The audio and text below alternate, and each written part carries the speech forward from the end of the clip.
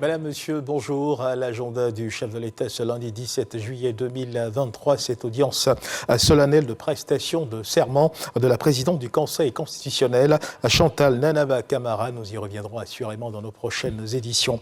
Sachez que le régime social des travailleurs indépendants est étendu désormais à la diaspora ivoirienne pour leur assurer une protection sociale. Ce régime protège le travailleur indépendant en cas de maladie, d'accident, de maternité et de vieillesse, en lui servant des prestations sociales. L'Ivoirien vivant à l'étranger peut aussi donc en profiter.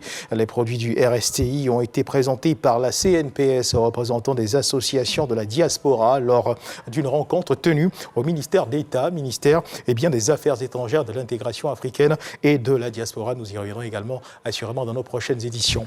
Sachez qu'en visite à Boisflé, pour le lancement officiel avec les associations de valorisation et d'entraide communautaire, la ministre de la Solidarité et de la lutte contre la pauvreté, Belmondo Dogo, a rendu visite aux familles sinistrées par les pluies diluviennes qui se sont abattues sur la ville. On se rappelle qu'il y a ces pluies ont orchestré plusieurs pertes en vie humaine, accompagnées du ministre de la Promotion de la Bonne Gouvernance, Epiphane Zorobalo. Miss Belmondo Dogo leur a présenté la compassion, le soutien du gouvernement. Reportage, Michel Mambo. Un décès, une portée disparue et 236 ménages sinistrés.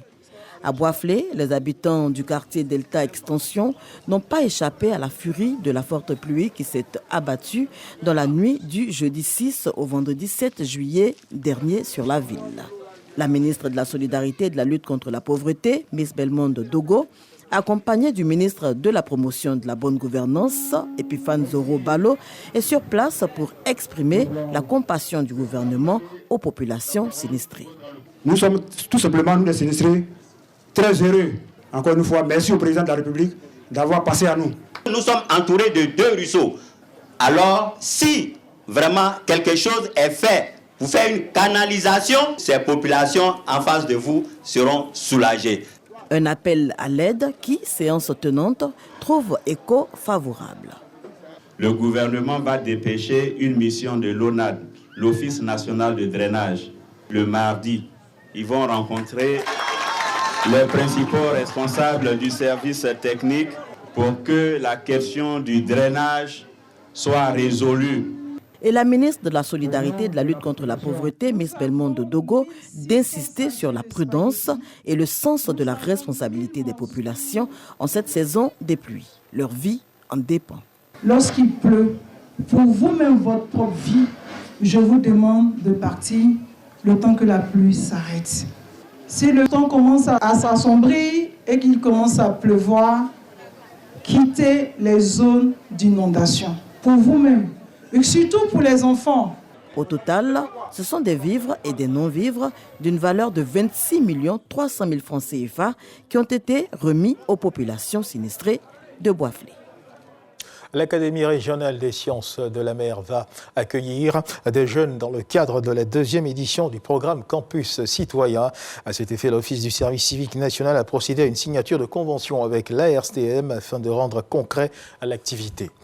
Dans l'actualité internationale du côté de la Centrafrique, début de campagne pour le référendum constitutionnel, des partisans du mouvement Cœur uni du président centrafricain étaient réunis à Bangui à la faveur du top départ de la campagne référendaire.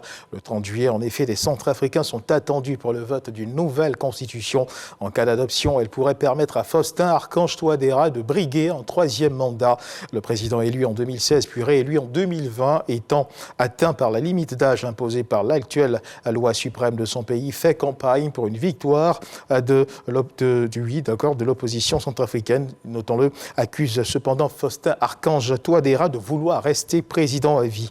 Et puis, toujours dans l'actualité internationale, sachez que 3 dirigeants européens ont signé hier dimanche avec le président tunisien Kaïs Saïed un protocole d'accord pour une coopération en grande partie économique, mais aussi sur les questions migratoires.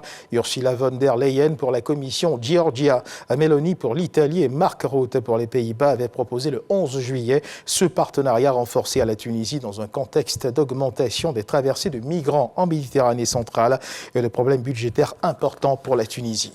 On termine ce tour de l'actualité internationale avec le conflit russo-ukrainien. Une attaque s'est produite sur le pont de Kerch, un important pont reliant la Crimée à la région russe de Krasnodar. Elle aurait fait au moins 2 morts, un homme et une femme qui circulaient en voiture. La circulation y a été interrompue. Et cette attaque est donc survenue dans la nuit d'hier à aujourd'hui. Voilà qui marque la fin de ce flash d'information. Merci de nous avoir suivis. Je vous retrouve à 13h pour le journal.